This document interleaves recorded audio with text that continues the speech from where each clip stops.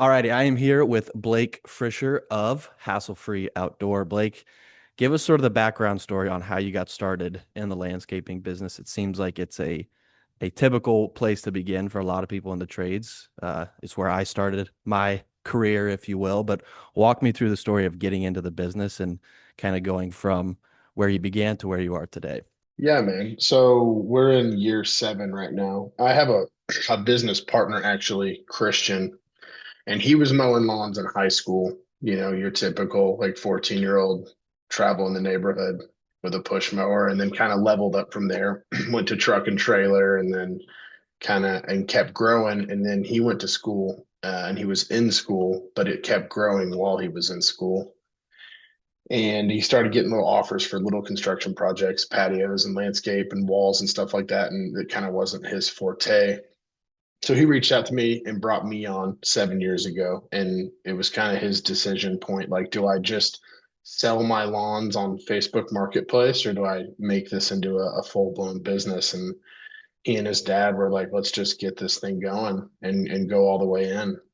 I was doing landscape construction and tree work at the time, and then kind of hopped in with these guys, became an owner, and we just kind of grew year over year, probably too fast, but I think that's kind of a common occurrence. And um, you mentioned that you had a little landscape business when you were 14. I think it's super common, right? Like in the Midwest, it's you either go to work and you become a lifeguard, or you work at whatever, local restaurant in the summer, or you go around your neighborhood and you find stuff to do. And that's kind of what we did, and we just kind of stuck with it and figured out we were pretty good at it, and so we grew it into what it is now. So this is I had the idea of kind of talking about this, but I'm glad it came up now. So you were doing the construction landscaping side. He was focused more on the kind of that bi-weekly, weekly mowing, it sounds like. Yeah. I'm curious where, if you could only pick one of those avenues to focus solely on, if it was only mowing or only landscaping, which one would you choose and why? Man, that is such a hard question, but I will say, me personally, it's constructions, it's projects, and there's a couple reasons for that. I just find it more interesting. I mean, seeing a project from start to finish and kind of seeing how good you can get at it. That's really exciting to me. Seeing how excited a customer gets whenever you kind of make their backyard dreams come true. That's A. B, the margins can be wider, better. You can also lose your butt a lot quicker on construction. Um, so it's kind of a higher risk, higher reward thing, and that is also exciting to a lot of people. Maintenance is steady, it's the same contracted paycheck no matter what, but your margins are pretty thin because you no matter how good you are at mowing grass and putting down chemicals and trimming shrubs, you're always competing with the neighborhood kid, in the summertime, and he doesn't have a $70,000 truck and two men with a salary. He just has a mower. And so it's hard to compete with that. hmm Yeah, I mean, ultimately the real answer is finding a way to do both because you have the lawn mowing, which is that recurring weekly revenue. And in terms of Yeah. sort of my world, it's like that's your SaaS fee, if you will. And then you have these custom projects. In the lawn mowing, you can kind of put on autopilot with the right systems and staffing, and then you can focus on the higher ticket items. I kind of figured that's where the answer would lie is a little bit of both, but you see it in the industry a lot. There's people who prefer one over the other. So I was curious on that. Walk me Sure. through how you guys went about those first sort of 10 clients. And it sounds like your business partner probably had all of those ready to go, but maybe on your side when you started, what was the process like of getting to that first sort of 10 clients milestone? Yeah. So, dude, I would love to say that like we had some sort of plan or idea in our head for those first 10 clients, but it was back then in those first 2 years, it was like me and two other guys, and I'm driving the truck, I'm picking up the mulch, I'm picking up the pavers, I'm picking up the block and digging the holes. And so it was kind of just like keep your head down and figure it out as they come and hold on for dear life at that time.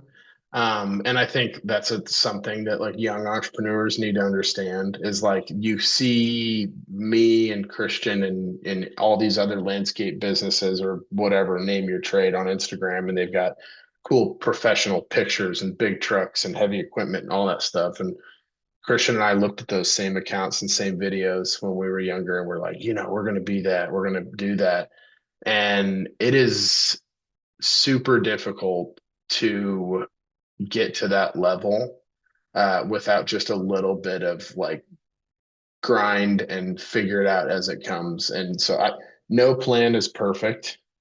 Um, but I would just say, you know, the first 2 years, expect to just keep your head down and work hard. And it's not going to be perfect and it's going to be kind of a zoo every time. But Mm-hmm. with that said, whenever you have mowing and you do weekly or biweekly mowing and you do chemicals and stuff for people, the nice thing about that, while it is reoccurring revenue that is constant, it is also your best marketing tool. So if my truck is at your house every day, I'm the first guy most of the time that you're going to call whenever you're like, I need a little retaining wall. I wonder if this guy also does that. So that was pretty much all of our lead generation for like 2 years. Were the 100 or so people that we mowed every week ended up being the people that we did landscape for. And until we got in with some like high end builders and pool builders and designers and things like that, which is now the main source of our lead generation, it was just the people that saw us every week. Um, so yeah, that's kind of how Interesting. we got those first 10.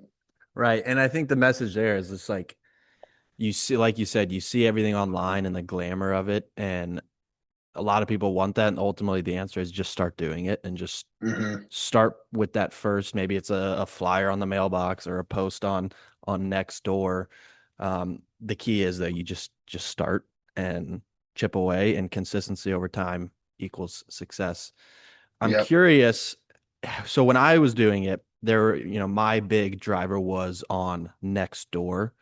Hmm. And I think that's obviously highly saturated at this point, but I'm curious if there was anything like that when you guys got started where maybe it was an online tool to just get the name out, or was it literally just knocking on doors?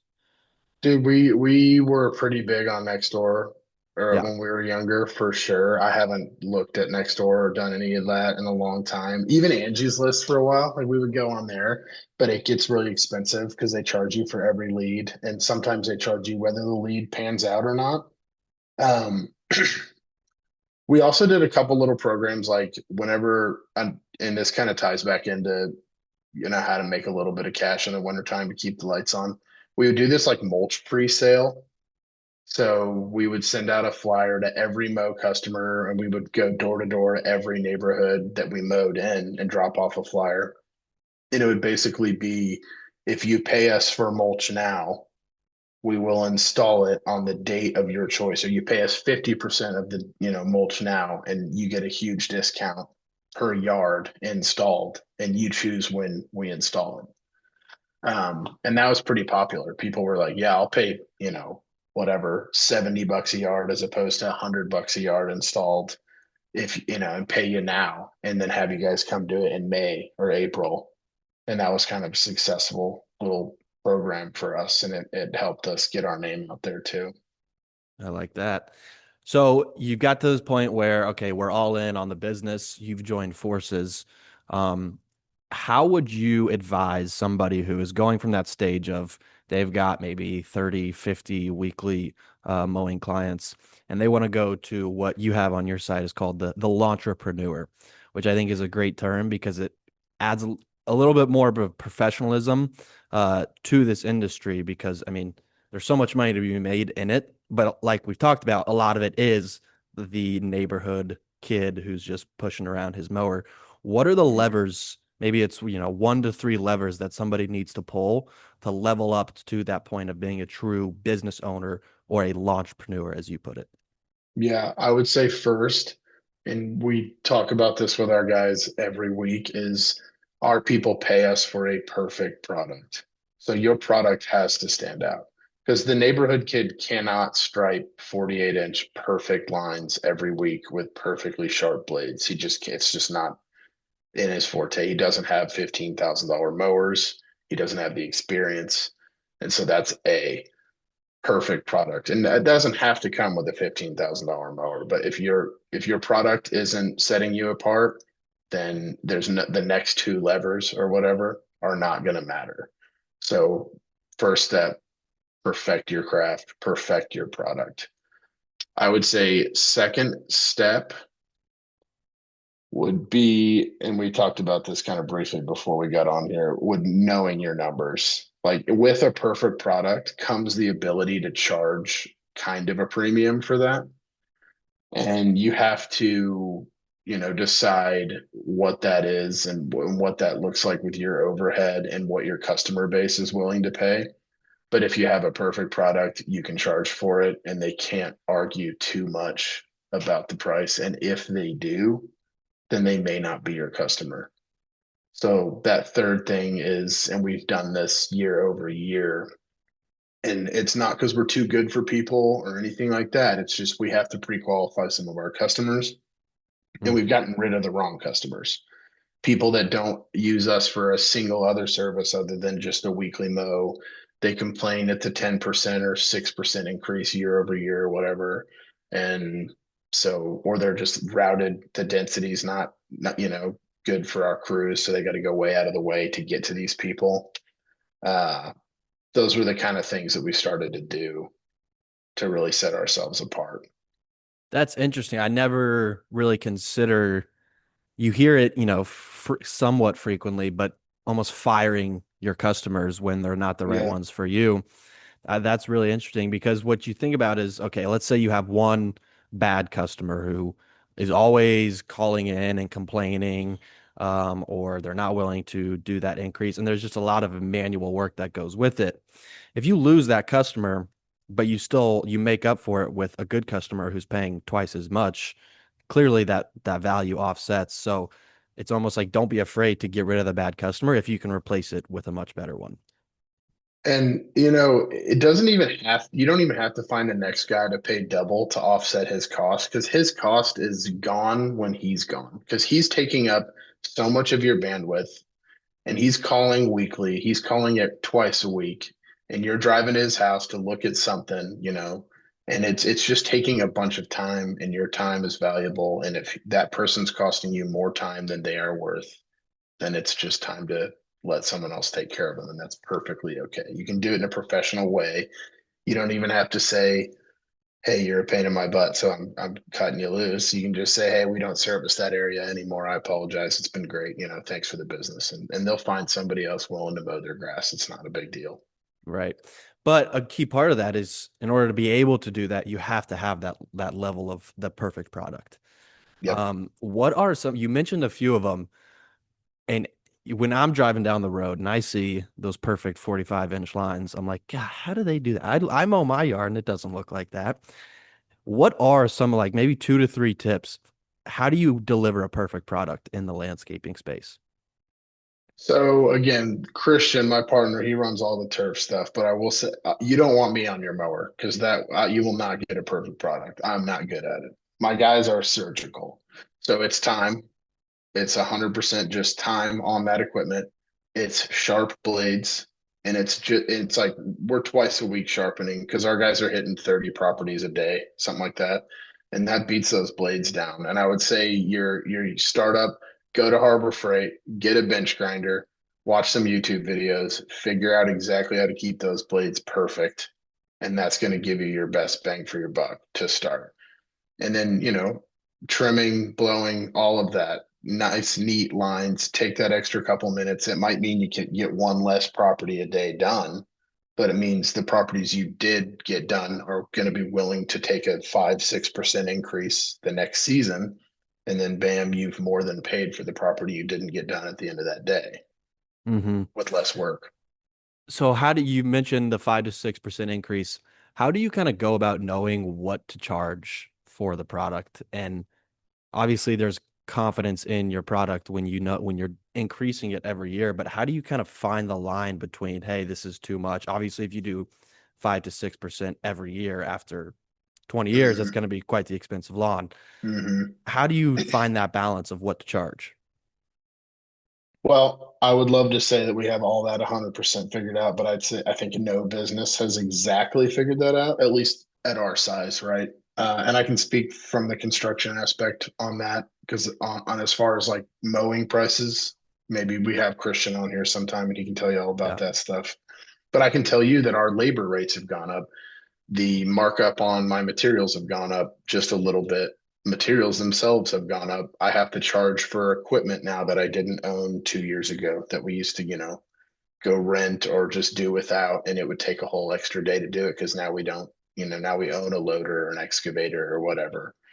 Um, but as far as like what to charge, the market can dictate that. Your customer can dictate that a little bit based on your success rate on closing these things. But there's a guy that I've listened to in the past. He owns Leanscaper. I can't remember his name right now, but he basically was like, if your close rate is over 55 to 60% with customers on these big projects, then you're probably a little too cheap, unless you're just bad in the room. But if you're a good salesperson and you're getting, 55 to 60% of people not questioning your pricing, saying rock and roll, go ahead, then it might be time to look at your pricing and say, am I, leaving money on the table here?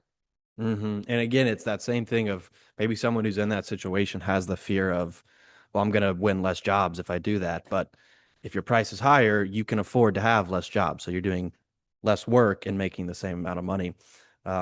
I mean, yeah, pricing is definitely a struggle of where to find it in every single industry. One thing Hmm. you've mentioned, obviously, you're on the construction side. How do you get into that? Going from landscape or turf to construction, what are sort of the keys? You mentioned having contacts with builders, pool builders. How do you get into that space where the margins are a lot higher? Well, you got to try it and you got to fail at it a few times. And then you kind of get some good product out there and people see it and then they want you to recreate that at their house. So I think back to like the first patio we did with my guys, and we were so cheap, and we had no idea what we were doing, and we lost a ton of money on it. I don't even it's probably been 6 years, so I don't even remember the figures on it. But I remember being there for way too long, and the customer not being happy until the very end after we had put a whole extra week of unpaid time on it. So I would say getting into construction is it takes a willingness to try unless you've got a guy on staff that kind of knows what he's doing already, which we had a little bit of that. A couple of my guys had some experience. I had some experience, but it was nothing compared to what we have now. And so we just kind of jumped off the cliff and went and did this patio, lost our butts on it, and sat down after and said, "Hey, what went right? What went wrong on that?" And then took that into the next few. Uh, we kind of our journey here to do this real big stuff that we've done over the last 3 years has been kind of interesting because we got in with a freelance landscape designer. We hired him a few times, and then lots of people hire him. And so he would have clients that would say, "Hey, I hired you for design. Do you have a landscaper?" And we did a few jobs that he designed for us. He saw the finished product on that, brings us back to that perfect product. He said, "These guys are pretty good at this." So whenever my clients ask, "Is there anybody out there you recommend?" He's now comfortable recommending us. So that's a big lead generation for us. And it's all high end business that we want to be in. hmm Yeah, I think that is when we're talking about how turf has the recurring model to it. When you're looking at the construction side, having those sources that are basically a referral or, an affiliate, if you will, where you can have maybe 10 to 12 referrals and they bring you the recurring business. In the same way that you have the recurring business on the other side, if you have those levers and you have the system in place, you can kind of have that same sort of outcome on the construction side with the right people in place. So we've Mhm. talked about knowing your numbers. Touch on that a little bit more.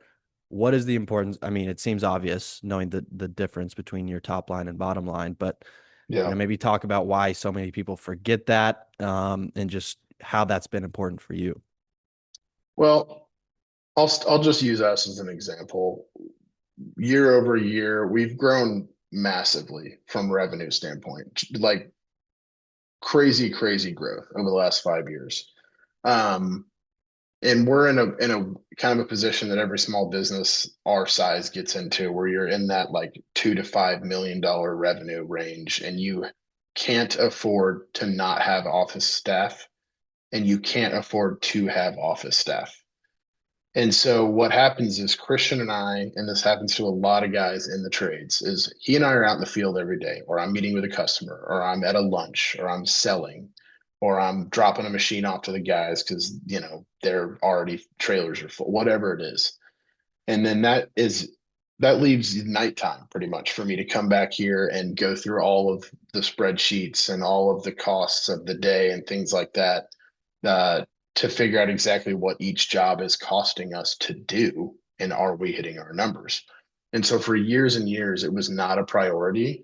And for years and years, we were banging our head against the wall, watching a lot of money just kind of fall through our hands, until the last 2 years where we really made it a priority, and especially this year of knowing what every dollar in this business is attributed to, um, and making sure that it does not exceed what we estimated on the project.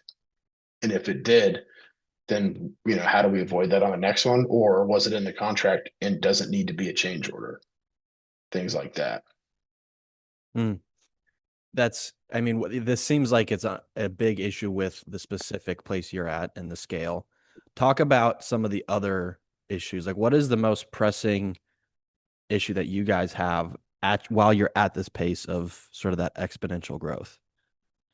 Labor cost, I would say, is number one. So peak season, we've got 15 to 16 guys on staff. Um, and it's not really like your guy's fault, but at the end of the day, if it's your business, the people that work for your business, for the most part, are not going to care about your business as much as you do. Doesn't make them bad people, doesn't mean they're taking advantage of you. It just means that they got to go feed their families. So they're going to clock every hour they can, and they don't really care how productive they are within that hour unless you're out there watching them, which you can't be. So labor is a huge expense, and it's making sure that all of that labor is paid for by a customer. And that doesn't mean like attributing extra hours to some other contract, to try to make up for this loss over here, because you can't do that. You get caught doing that, or it's just not right, and you're going to be in all sorts of issues with that. But what that means is making sure that your guys understand milestones per project, per account, per contract that have to be hit within X amount of hours. So it's, hey, I bid 40 hours on this project. We need to be here by hour, man hour 10. We need to be here by man hour 20, here by 30, and finished by 40. And if all of that happens on budget, then everybody gets to eat a little bit of a pie here, because we do a little bit of profit sharing on every project, and that seems to help the guys kind of stay on track, especially when they know what we have attributed going in. Hmm. Okay, so let's dive into that a little bit more, the specific systems. So it sounds like you go to a job and you're estimating it. First step, and correct me if I'm wrong, and then I'll kind of pass it back to you here. But first step is, what is the total scope of the project? And then you go, okay, for the scope, or, part A, here's the materials and here's the expected amount of time. Part B, here's the materials, here's expected amount of time, and kind of block that out. And then portraying that onto the team of here's the expectations. Is that kind of the strategy you go for estimating a bid? And then follow-up question of that is, what systems is it a technology stack that you have in place? How are you making sure all of this is actually getting done? Because it's easy to say these things, but how do you actually implement it? Yeah, so first, yes, that's pretty much correct. Whenever I'm going to look at a project, no matter how big the scope, whether it's a $500,000 project or a $10,000 project, all it boils down to is how many hours are we going to be there, and exactly what materials are required to complete the project. And that's the same across the board. So I can either go there by myself and let's say it's $100,000 project. I'm going to go there. I'm going to walk around with the customer. We're going to get a design in place. The design's going to account for every square inch of material that I'm going to need. And then I can bring, my foreman there and I can walk him around and we can look at the design and I can say, hey, here's my hour estimate. I want your hour estimate. And usually those are about the same. And so then, okay, this foreman who's going to do this job has now agreed to these amount of hours that I'm going to send to the customer. Once the customer agrees to that signed contract, we show up that day. I've got the work orders, I've got the design. I say, here's how we want to phase it out. I kind of leave it up to the foreman a little bit, but I say, you tell me, how do you want to phase this thing out? He tells me. We set those parameters per, man hour, and then we check in at the end. And what we do, we use some softwares to keep track of that. We've recently signed with Aspire, which is a management software. We were using Jobber before that, and it pretty much allows us to, job cost and create estimates and using our man hour cost. It calculates our overhead, all of that fun stuff. But we Hmm. also, on top of that, we just use an Excel spreadsheet that we built that's got, you know, everybody's name, how many hours, and it's got a column for every single item that we purchase. And we're pretty much just at the end of the day putting in those receipts into that along with everybody's hours to make sure that we're on track. And is this something that you guys are doing, or now that you have office admin, you've passed on to them? How have you kind of distributed the workload of who's doing what as you've grown? No, it's still totally Christian and I. And next year, it's a big goal of ours to get full time, just at least one person in the office that does nothing but job cost and answer the phones and do the financials. But right Gotcha. now, yeah, we're still in that spot where it's us. Got it. Okay. What is a healthy profit margin for a landscaping business? If you're looking at this and you're saying you've got all this information and you're trying to come up with the price, how do you determine where to set that? What's good? What's bad? Mhm. I think across the board, industry standard would tell you that like your average landscape company is making somewhere between 15 and 25% of revenue. On our projects we're typically closer to 35, and we're trying to offset grounds because maintenance has a little bit slimmer, right at like a 12 to 14. And so that puts us usually right around a 25% PM for the year, something like that. Um, but yeah, I mean, that's been healthy for us. We haven't really been able to exceed that, and I don't know that you could. Right. There's little services that are going to bring you more profit than others, and you can really make those focus on making those, big parts of your business. Like chemicals. Chemicals have the biggest profit margin. They're also kind of the least fun, least sexy part about what we do, but it's got to be done. Anything else in terms of those high profit margin areas to focus on? Well, chemicals, snow has a crazy high profit margin, but it's also got a crazy margin of being miserable.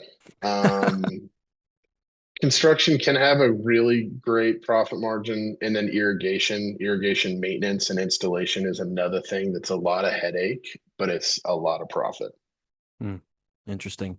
Okay, so now that you have this profit margin, where are the best places to deploy that? So let's say at the end of the year, I mean, which is right now, you're looking, okay, here's the profit we made. Looking into 2026, how do you determine, what are we taking off the table versus what are we putting back into the business? And for what you do put back into the business, where does that money go? I can tell you that Christian and I take very little off the table, and we're still there year 7 because we want to see this thing grow, grow, grow. And every year, I see young guys younger than me or my age. They're buying a boat or a lake house or whatever that they can't afford, and they're putting themselves deep into debt, and they're taking money off the table and spending it out of the business, and their business sputters out and goes away. And so we want to be here for the long haul. And, I'm 31 years old and I just got married last year. We don't have any kids. Christian's a little younger than me. He's unmarried, doesn't have kids. We don't need to be rich right now. We live okay. But we do want this thing to grow and we want it to be something substantial over the next 10 to 15 years. And I think we can pull that off. So that's the first thing. We don't take a lot out. The way to deploy it, it depends on your business. But like we've talked about the seasonality of this business, from pretty much Christmas to the end of February, unless you're pushing snow or you have like a big wall project or something like that and the ground's not frozen, you're just watching money go out and not a ton of it's coming in. So you have to have a big old nest egg for the end of the year to pay your overhead. And with that, after 3 months of watching money just go out and not come in, the most expensive time of year for us is March and April. So we're now buying nursery stock. We're buying, fuel, chemicals, mulch. The guys are all coming in. We're going out and doing, spring cleanups and starting projects and having to service equipment, purchase equipment, all, things like that.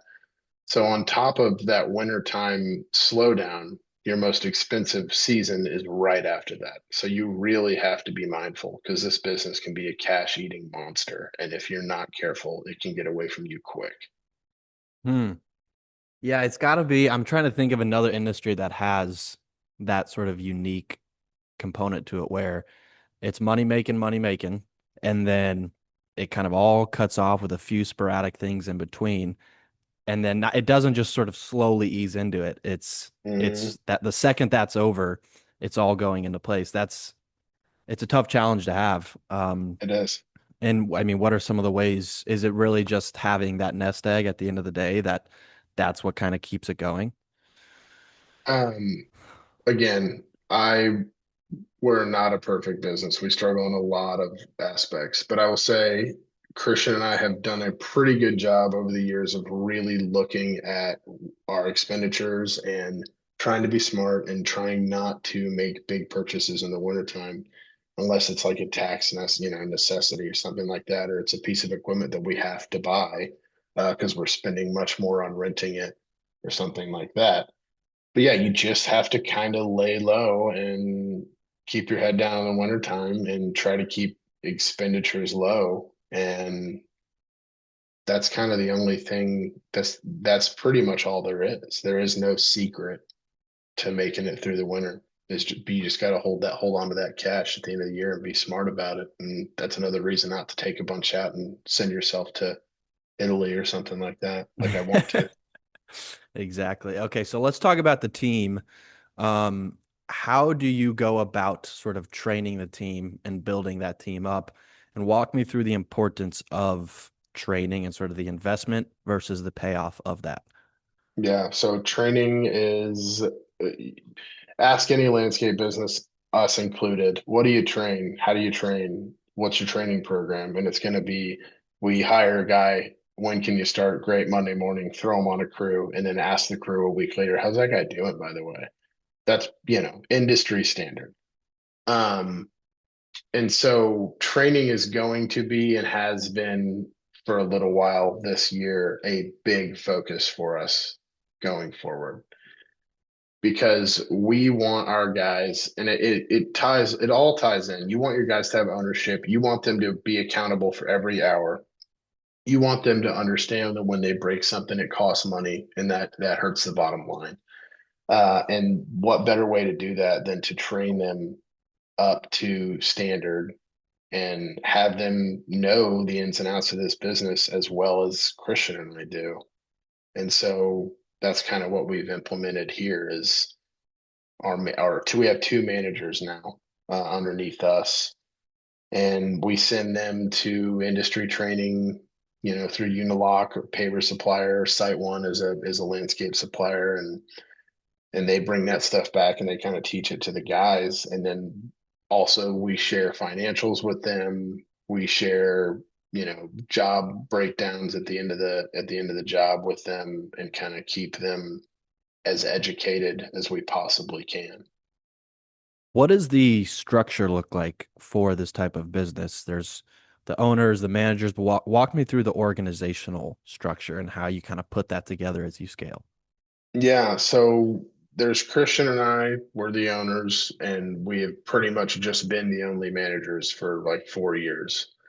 And then we started to try to get away, from that because when Christian, we're not always reachable. We've gotten to a point where, again, we're either with a customer, we're in the field, something like that. The guys cannot always pick up the phone and get Christian or I. So we were like, well, we need a couple managers. We need some guys that can drive around, keep the guys accountable, and aren't afraid to, jump them a little bit if they have to. So we hired one guy, or we promoted from within on one of our first manager, and he runs kind of our project side.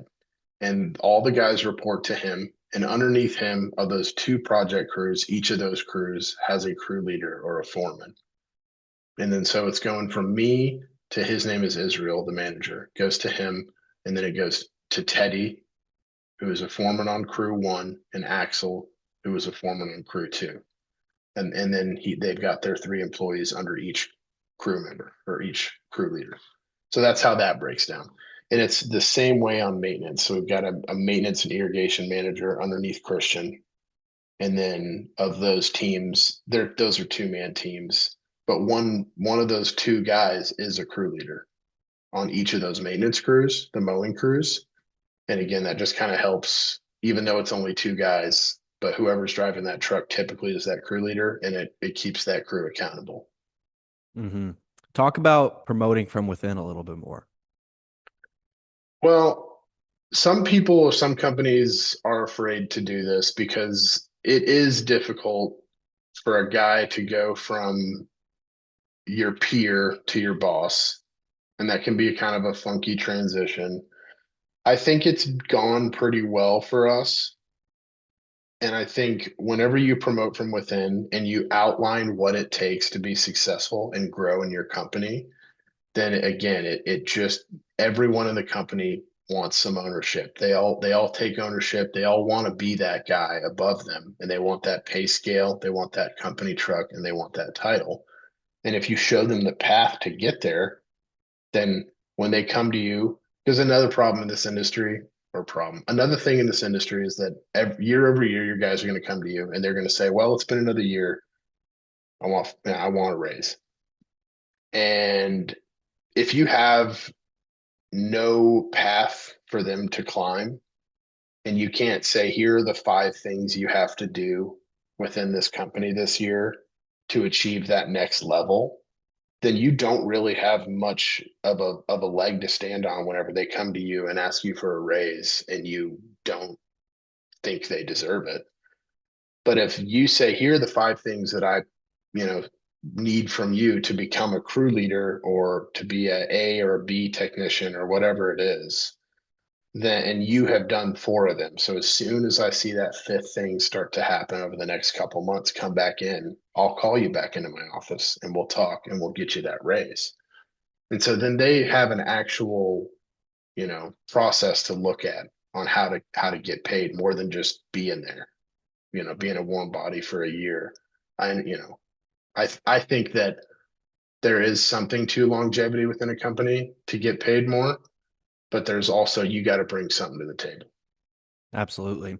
And it also increases retention, right? Especially in an industry where I'd imagine the turnover is fairly high. Having the ability to say, okay, well, you're here now, but here are the 5 steps to move up. It gives them sort of a light at the end of the tunnel and probably prevents people from saying, okay, well, I'm just going to go find another job. It creates that sort of career path that they might not have had otherwise. Yeah, Awesome. So where do we go from here? What does the future of hassle free look like? Obviously the growth has been great, but where do you kind of want to see this going? And I guess, what's kind of the near term goal, and what is the ultimate long term goal? sure.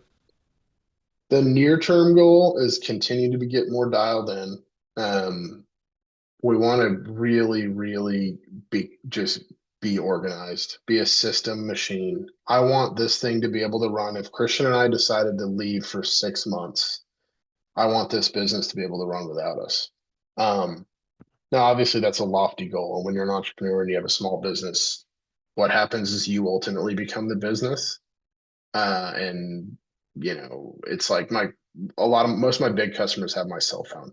They don't even know the office number. They probably don't even know we have an office number, and they're calling me direct. And what I'd love to get to, I do want to take care of my big customers, and I want to talk to them, and I want to take them to lunch and Chiefs games and whatever it is.